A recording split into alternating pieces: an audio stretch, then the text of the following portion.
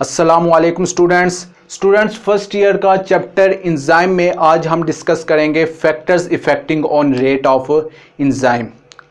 ऐसे कौन से फैक्टर्स हैं जो इंजाइम की स्पीड पर इफेक्ट करते हैं। स्टूडेंट्स इस लेक्चर को स्टार्ट से लेकर एंड तक लाजमी देखना, क्योंकि इसमें बहुत सारी ऐसी टर्म्स हैं, ऐसे कॉन्सेप्ट्स हैं जो मैं इंशाल्लाह इस टॉपिक में क्लियर करवाने की कोशिश करूंगा। तो टॉपिक का नाम क्या है? Factors affecting on rate of enzyme. Rate किसे कहते हैं? रेट कहते हैं स्पीड को, रफ्तार को। इंजाइम किसे कहते हैं? इंजाइम लिविंग ऑर्गेनिज्म में ऐसा कैटालिस्ट होता है जो केमिकल रिएक्शन को तेज करवाने में मदद करता है। तो ऐसे फैक्टर्स हैं हमारी बॉडी में जो इंजाइम की स्पीड को या तो ज़्यादा कर देते हैं या कम कर देते हैं या इंजाइम की स्पीड को रोक देते हैं। ऐसे कौन से फैक्टर्स हैं जो इंजाइम की स्पीड पर इफेक्ट करते हैं? 4 फैक्टर्स हमारे पास: temperature, pH, enzyme concentration and number 4 is substrate concentration. हम 1 बाय 1 डिस्कस करेंगे। स्टूडेंट्स, जो लेक्चर है वो थोड़ा लेंथी होगा। आपने ये क्या करना है कि आपने इसको सुनते जाना है और इसके जो पॉइंट्स मैं लिखवाऊंगा वो आपने लिखते जाना है। क्लियर? थोड़ा लेंथी होगा तो सब्र रखिए, फल मीठा मिलेगा। अच्छा, अगर हम टेम्परेचर की बात करें तो टेम्परेचर में जो पहला पॉइंट ये है कि इंजाइम की जो स्पीड होगी, इंजाइम की स्पीड इंक्रीज होगी किसके साथ? जब हम टेम्परेचर को इंक्रीज करेंगे। क्लियर? आप ये कह सकते हो कि rate of enzyme is directly proportional to temperature. Temperature को इंक्रीज करेंगे, इंजाइम की स्पीड भी क्या होगी? इंक्रीज होगी। क्या टेम्परेचर को इंक्रीज करते जाएं इंजाइम की स्पीड इंक्रीज होती जाएगी? नहीं, एक लिमिट है, एक लिमिट तक टेम्परेचर को इंक्रीज करेंगे तो इंजाइम की स्पीड इंक्रीज होगी। अगर लिमिट क्रॉस कर गई, इंजाइम टेम्परेचर और बढ़ा दिया तो इंजाइम की स्पीड फिर नहीं बढ़ेगी, इंजाइम की स्पीड क्या हो जाएगी? रुक जाएगी। क्लियर? तो आप ये कह सकते हो कि इंजाइम की स्पीड डायरेक्टली प्रोपोर्शनल है किसके? टेम्परेचर के। अब वो हम ग्राफ की मदद से समझेंगे कि वो कितनी लिमिट है जहाँ पे लिमिट पे आके इंजाइम की स्पीड रुक जाती है। पहले आप इसको समझो कि इंजाइम की स्पीड को कैसे तेज करता है टेम्परेचर। ये हमारे पास है इंजाइम, ये हमारे पास क्या है? इंजाइम। क्लियर? और ये हमारे पास है सबस्ट्रेट। अब देखो इसमें भी एटम्स हैं, अमाइनो एसिड्स। क्या है? Amino acids. क्लियर? अब ये जो मॉलिक्यूल है, सबस्ट्रेट है, इसमें भी एटम्स हैं। इसने किधर आके अटैच होना है? इसने इधर एक्टिव साइड पे आके अटैच होना है। क्लियर? अब देखो कि जब हम टेम्परेचर को अप्लाई करेंगे, क्या करेंगे? टेम्परेचर को अप्लाई करेंगे तो इन एटम्स के दरमियान क्या हो जाएगी? कोलिजन स्टार्ट हो जाएगी। क्या हो जाएगी? कोलिजन स्टार्ट हो जाएगी, मोशन स्टार्ट हो जाएगी। मीन्स के इनमें काइनेटिक एनर्जी पैदा हो जाएगी। काइनेटिक एनर्जी किसे कहते हैं? ऐसी एनर्जी को जो किसकी वजह से हो? मोशन की वजह से, उसको हम क्या कहते हैं? काइनेटिक एनर्जी कहते हैं। जो जब टेम्परेचर इंक्रीज करेंगे तो क्या क्या इफेक्ट होगा? मॉलिक्यूल्स में कोलिजन स्टार्ट हो जाएगी, मॉलिक्यूल्स वाइब्रेट करना स्टार्ट कर देंगे। जब मॉलिक्यूल्स कोलिजन स्टार्ट कर देंगे तो मीन्स के काइनेटिक एनर्जी क्या हो जाएगी? पैदा होगी। क्लियर? अच्छा, अब इसके ऊपर क्या अटैच है? सबस्ट्रेट अटैच है। क्या अटैच है? सबस्ट्रेट। इनके भी एटम्स पर ये इफेक्ट करेगा। इनके भी एटम्स आपस में कोलिजन स्टार्ट कर देंगे, टकराना शुरू हो जाएंगे, वाइब्रेट करना शुरू हो जाएंगे। अब देखो टेम्परेचर हमने दिया, इंजाइम की जो रफ्तार है वो भी तेज़ होना शुरू हो जाएगी, क्योंकि इंजाइम का काम क्या है? इंजाइम का काम ही यही है केमिकल रिएक्शन को तेज़ करवाना। तो क्या होगा कि इंजाइम अगर टेम्परेचर अप्लाई करेंगे, इंजाइम का काम और ज़्यादा हो जाएगा, और तेज़ हो जाएगा। क्लियर? अब देखो हमने टेम्परेचर अप्लाई किया, टेम्परेचर अप्लाई करने से इंजाइम की स्पीड पर भी क्या हुआ? इफेक्ट हुआ। वो कैसे इफेक्ट हुआ? इनके अंदर एटम्स होते हैं, वो आपस में टकराते हैं, जब वाइब्रेशन स्टार्ट होती है तो उसके ऊपर अटैच हुआ सबस्ट्रेट, उसमें भी एटम्स होते हैं, उनकी भी वाइब्रेशन स्टार्ट हो जाती है। इस तरह ये जो केमिकल रिएक्शन है वो तेज़ी से काम करना, वो जल्दी से, अगर कैटाबोलिक हो रहा है या एनाबोलिक हो रहा है तो वो जल्दी से हो जाएगा। क्लियर? अच्छा, अब देखो कि ये हमारे पास क्या है। अच्छा, अब कितना टेम्परेचर बढ़ाएं तो कितनी एंजाइम की स्पीड बढ़ेगी? हर 10 डिग्री सेल्सियस पे, कितने? एवरी 10 डिग्री सेल्सियस पर एंजाइम की जो स्पीड होगी वो कितनी होगी? डबल हो जाएगी। एग्जाम्पल से हम समझ लेते हैं। ये हमारे पास है, ये हमारे पास क्या है? एंजाइम है। अच्छा, फ़र्ज़ करें कि वो 1 मिनट में, एंजाइम जो है 1 मिनट में 100 मॉलिक्यूल्स को ब्रेक करता है। कितने करता है? 100 मॉलिक्यूल्स पे। इधर एंजाइम का जो टेम्परेचर है वो है 10 डिग्री सेल्सियस। अगर हम इसका 10 डिग्री सेल्सियस और बढ़ा दें, मीन्स के 20 डिग्री सेल्सियस कर दें, अब वो क्या करेगा? 1 मिनट में वो कितने मॉलिक्यूल्स को तोड़ देगा? 200 मॉलिक्यूल्स को ब्रेक करेगा। अब देखो, हमने 10 डिग्री सेल्सियस बढ़ाया, हमने सपोज किया कि 10 डिग्री सेल्सियस बढ़ाया तो एंजाइम की जो स्पीड है वो कितनी होगी? डबल हो गई। 1 मिनट में 10 डिग्री सेल्सियस पर वो कितने तोड़ रहा था? 100 मॉलिक्यूल्स। हमने 10 बढ़ाया तो 1 मिनट में अब कितने तोड़ रहा है? 200 मॉलिक्यूल्स। एंजाइम की जो स्पीड है वो क्या हो गई है? डबल हो गई है। इतनी बात क्लियर हो गई? अच्छा, आगे हम ग्राफ ड्रा कर लेते हैं। ये हमारे पास है ग्राफ। अच्छा, एक्स एक्सिस पे हम रखेंगे टेम्परेचर को। रिलेशन किसके दरमियान है? एंजाइम की स्पीड के दरमियान और टेम्परेचर के दरमियान, इन दोनों के दरमियान। टेम्परेचर को हम रखेंगे एक्स एक्सिस पे, वाई एक्सिस पे किसको रखेंगे? रेट ऑफ एंजाइम को। क्लियर? अच्छा, अब टेम्परेचर इधर हम लिख लेते हैं। टेम्परेचर कितना है? 10 degree Celsius, 20 degree Celsius, 30, 37 and 40 degree Celsius. Clear? इधर 10, 20, 30, 40 एंड 50। क्लियर? अच्छा, अब किस तरह का ग्राफ बनेगा? कुछ इस तरह का ग्राफ बनेगा। ये इस तरह का ग्राफ बनेगा। अब देखो कि टेम्परेचर को हम इंक्रीज कर रहे हैं, लेकिन स्पीड, एंजाइम की भी स्पीड इंक्रीज होती जा रही है। लेकिन एक पॉइंट आता है जहां पे हम टेम्परेचर को तो इंक्रीज कर रहे हैं, लेकिन एंजाइम की स्पीड गिर गई है। एंजाइम आगे अपनी स्पीड नहीं बढ़ा रहा। अब देखो कि ये हमारे पास 10 डिग्री सेल्सियस पे फर्ज करें कितना था? 10 मॉलिक्यूल्स को ब्रेक डाउन कर रहा है। क्लियर? 10 डिग्री सेल्सियस और बढ़ा दिया, मीन्स के 20 डिग्री सेल्सियस कर दिया, तो कितने मॉलिक्यूल्स को तोड़ रहा है? 20 मॉलिक्यूल्स को तोड़ रहा है। इसी तरह 30 पे 30 मॉलिक्यूल्स पे। ये जो टेम्परेचर है यहाँ पे आके एंजाइम का जो काम होगा वो क्या होगा? मैक्सिमम होगा। यहाँ पे काम इसका ज़्यादा होगा, यहाँ पे एंजाइम की स्पीड सबसे ज़्यादा होगी। और जहाँ पे एंजाइम की स्पीड ज़्यादा होगी उस टेम्परेचर को हम कहते हैं ऑप्टिमम टेम्परेचर। क्या कहते हैं? Optimum temperature. और हमारी बॉडी का ऑप्टिमम टेम्परेचर कितना है? वो 37 डिग्री सेल्सियस है। तो एग्जाम में भी ये क्वेश्चन पूछा जा सकता है कि ऑप्टिमम टेम्परेचर कितना है हमारी बॉडी का, और ऑप्टिमम टेम्परेचर किससे कहते हैं? ऐसे टेम्परेचर को जहाँ पे एंजाइम का जो काम है, एंजाइम की जो एक्टिविटी है वो क्या हो?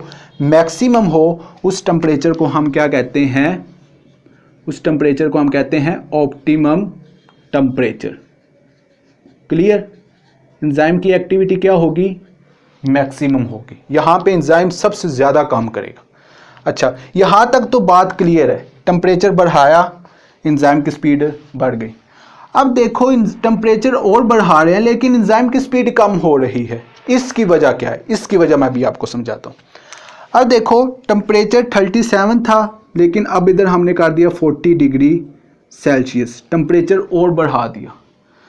अब इनके दरमियान क्या थी? कुलियन स्टार्ट थी, इनके दरमियान कुलियन हो रही थी।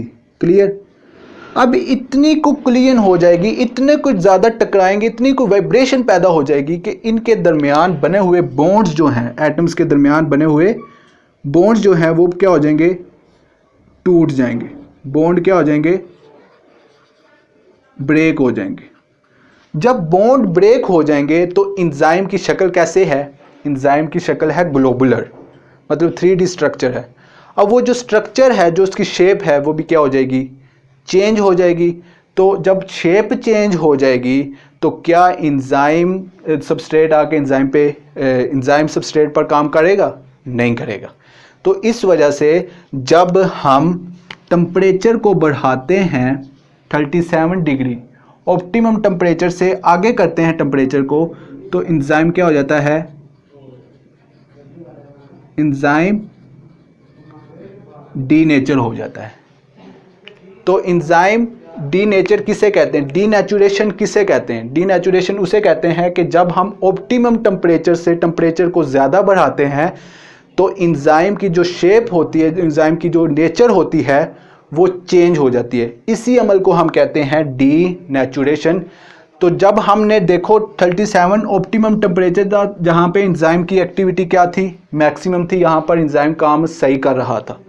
जब हमने टेम्परेचर 40 डिग्री या 45 या 50 डिग्री सेल्सियस कर दिया तो एंजाइम की स्पीड क्यों कम होगी, एंजाइम की स्पीड इसलिए कम हो गई क्योंकि एंजाइम का जो शेप था, एंजाइम की जो नेचर थी वो तब्दील हो गई है, अब वो डी नेचर हो गया। क्लियर। जब एंजाइम की शेप जैसी थी, ग्लोबुलर स्ट्रक्चर होता है, जब वो चेंज हो जाएगी तो फिर वो काम कैसे करेगा, काम नहीं करेगा। जब वो काम नहीं करेगा तो उसकी मीन्स के एंजाइम की जो स्पीड है वो नीचे गिर जाएगी। क्लियर। तो ये है टेम्परेचर जो इफेक्ट करता है एंजाइम की स्पीड पर। पहला फैक्टर क्लियर हो गया। फिर भी अगर आपका इसके बारे में क्वेश्चन है, इसके रिलेटेड कोई क्वेश्चन है तो आप कमेंट सेक्शन में पूछ सकते हैं। क्लियर। अच्छा, दूसरा जो हमारे पास है पीएच। पीएच क्या है, पीएच ये आपने केमिस्ट्री में पढ़ा होगा कि स्केल जो होता है, पीएच स्केल, वो 0 से स्टार्ट होता है, कहाँ तक जाता है, 14 तक।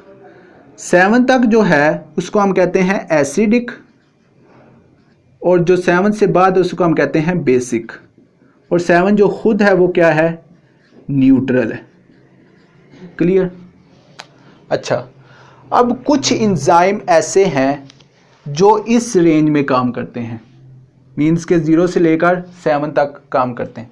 कुछ एंजाइम ऐसे हैं जो 7 से लेकर 14 के दरमियान तक काम करते हैं। क्लियर। मीन्स के बेसिक मोड में काम करते हैं, और कुछ एंजाइम ऐसे हैं जो एसिडिक मोड में काम करते हैं। अब एंजाइम की एग्जांपल ले लेते हैं। ये हमारे पास है पेप्सिन, पेप्सिन एंजाइम है। पेप्सिन एंजाइम, इसकी जो पीएच है वो है 2.0। क्लियर। कितनी है, 2.0। इसी तरह हमारे पास है लाइपेस अमाइलेस, इसकी जो पीएच है वो है 6.7, न्यूट्रल है, तकरीबन न्यूट्रल है, 7 के करीब करीब है। क्लियर। अब ये इसकी पीएच है। अच्छा, मीन्स के पेप्सिन जो काम करेगा वो एसिडिक मूड में करेगा, अमाइलेस है वो भी किस मूड में काम करेगा, एसिडिक मूड में काम करेगा। अब जो लाइपेस है वो किस मोड में काम करेगा, वो बेसिक मोड में काम करेगा, उसकी पीएच 7 से ज़्यादा होती है। क्लियर। इतनी बात क्लियर होगी। अच्छा, अब देखो कि पीएच जो है वो एंजाइम पर कैसे इफेक्ट करता है। अच्छा, अब ये हमारे पास है एंजाइम, अब इसके अंदर भी क्या है, अमाइनो एसिड्स, ये अमाइनो एसिड्स है, और इसकी जो एक्टिव साइड है इधर भी क्या होते हैं, अमाइनो एसिड्स होते हैं। लेकिन जो इसकी एक्टिव साइड पे अमाइनो एसिड्स होते हैं वो चार्ज्ड अमाइनो एसिड्स होते हैं। कौन से होते हैं, charged amino acid, charged amino acids. Means के इन पे कोई चार्ज होगा, या पॉजिटिव होगा या नेगेटिव होगा। इसी तरह अमाइनो एसिड है, एक अमाइनो एसिड ग्लूकामेट, उसका जो चार्ज होता है वो नेगेटिव चार्ज होता है, लेकिन वो किस मोड पे काम करता है, एसिडिक मोड में काम करता है, और नेगेटिव चार्ज होता है। क्लियर। अच्छा, फर्ज करें कि इस पे जो चार्ज है वो है नेगेटिव, और एंजाइम कौन सा है, पेप्सिन। क्लियर। और ये किस मोड पे काम कर रहा है, एसिडिक मोड पे काम कर रहा है। अगर हम इसकी पीएच बढ़ा देते हैं, इसकी पीएच कर देते हैं 5 कर देते हैं या 6 कर देते हैं या बेसिक मोड में ले आते हैं 8 या 9 कर देते हैं, तो फिर क्या होगा, फिर ये होगा कि जो चार्ज हैं अमाइनो एसिड के जो चार्ज हैं उस पे इफ़ेक्ट करेगा, जो एक्टिव साइड पे हैं, अंदर वाले नहीं, जो एक्टिव साइड पे। जब इस पे इफ़ेक्ट करेगा मीन्स कि अब नेगेटिव है, ये किस पे कन्वर्ट हो जाएगा, पॉजिटिव में कन्वर्ट हो जाएगा। अब देखो पीएच किस पे इफ़ेक्ट करता है, पीएच चार्ज पे इफ़ेक्ट करता है, आयंस पे इफ़ेक्ट करता है। किस पे इफ़ेक्ट करता है, आयंस पे इफ़ेक्ट करता है। तो आप ये लिख सकते हो कि जो पीएच है वो इफ़ेक्ट करता है किस को इफ़ेक्ट करता है, आयंस को इफ़ेक्ट करता है, मीन्स के ionization of amino acids. Clear. अच्छा, जब ये आयंस को इफ़ेक्ट करेगा, चार्ज को डिस्टर्ब करेगा पीएच, तो क्या होगा, फिर इधर जो सबस्ट्रेट आके अटैच होगा वो भी चार्ज होगा, उसमें भी आयंस होंगे, तो वो भी क्या होगा, जो ये जब ये चार्ज, ये जो अमाइनो एसिड्स हैं यहाँ पे जो एक्टिव साइट है ये डिस्टर्ब है, ऑलरेडी डिस्टर्ब है, जब इधर आके सबस्ट्रेट आके अटैच होगा वो भी क्या हो जाएगा, डिस्टर्ब होगा। क्या होगा, डिस्टर्ब होगा, वो सही तरह काम नहीं करेगा।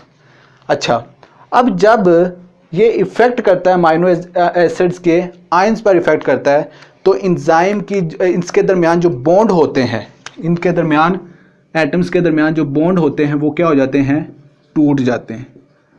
बॉन्ड क्या हो जाते हैं, टूट जाते हैं। क्लियर। जब बॉन्ड टूट गए तो एंजाइम की जो शेप है वो क्या हो जाएगी, एंजाइम क्या हो जाएगा, डीनेचर हो जाएगा। एंजाइम क्या हो जाएगा, डीनेचर हो जाएगा। फिर एंजाइम मुकम्मल तौर पर काम करना छोड़ देगा। कब छोड़ देगा, जब उसकी पीएच चेंज हो जाएगी। अब जो पेप्सिन है इसके लिए जो ऑप्टिमम पीएच है वो ये है 2.0 या 2.5। ऑप्टिमम पीएच, जैसे टेम्परेचर का कहा कि ऑप्टिमम टेम्परेचर ऐसा टेम्परेचर जिस पर एंजाइम की एक्टिविटी क्या होती है, मैक्सिमम होती है। इसी तरह हर एंजाइम की अपनी पीएच है, लेकिन हर एंजाइम की एक ऑप्टिमम पीएच है। उस पीएच पे वो उसकी जो एंजाइम की एक्टिविटी होती है, एंजाइम का जो काम होता है वो सबसे ज़्यादा होता है, क्योंकि उसकी स्पीड सबसे ज़्यादा होती है। क्लियर। अब पेप्सिन की अगर बात करें तो पेप्सिन की जो ऑप्टिमम पीएच है, सबसे ज़्यादा जो पीएच है वो 2.0 है। इस पर ये काम सही तरह करेगा। अगर इसकी पीएच को डिस्टर्ब करेंगे, 3 कर देंगे, 4 कर देंगे, तो एंजाइम काम करना छोड़ देगा। वो कैसे काम करना छोड़ देगा, वो आयंस पे इफेक्ट करता है। जब वो आयंस पे इफेक्ट करता है तो एटम्स की ब्रेक डाउन हो जाती है। जब एटम्स की ब्रेक डाउन हो जाती है तो एंजाइम डीनेचर हो जाता है, तो फिर वो मुकम्मल तौर पर काम करना छोड़ देता है। क्लियर। इसी तरह अमाइलेज की ऑप्टिमम पीएच क्या है, 6.7। क्लियर। अगर इसकी पीएच को डिस्टर्ब करेंगे तो ये भी काम करना छोड़ देगा, एंजाइम डीनेचर हो जाएगा। क्लियर। तो डीनेचुरेशन का अमल पता लग गया। जब हम एक स्पेसिफिक ऑप्टिमम टेम्परेचर या ऑप्टिमम पीएच के बाद या इसके टेम्परेचर को डिस्टर्ब या पीएच को डिस्टर्ब करेंगे तो एंजाइम क्या हो जाता है, डीनेचर हो जाता है। एंजाइम की शेप जो होती है, जो नेचर होती है, वो तब्दील हो जाती है, एंजाइम काम करना छोड़ देता है। तो आपने बात याद रखनी है, हर एंजाइम के लिए जो ऑप्टिमम पीएच है, ऑप्टिमम टेम्परेचर है वो 37 डिग्री सेल्सियस है। लेकिन पीएच की बात करें तो हर एंजाइम के लिए उसका अपना पीएच है, उसके अपना ऑप्टिमम पीएच है, उस पीएच पे काम करता है। जिस तरह पेप्सिन है वो एसिडिक मोड में काम करता है, जिस तरह लाइपेज है वो बेसिक मोड में काम करता है। मतलब हर एंजाइम का अपना पीएच है, लेकिन उस ऑप्टिमम पीएच पे काम करेगा। अगर उसको ऑप्टिमम पीएच, उसके पीएच को डिस्टर्ब करेंगे तो एंजाइम डीनेचर हो जाएगा। कि ये दूसरा फैक्टर है जो एंजाइम की स्पीड को इफेक्ट करता है।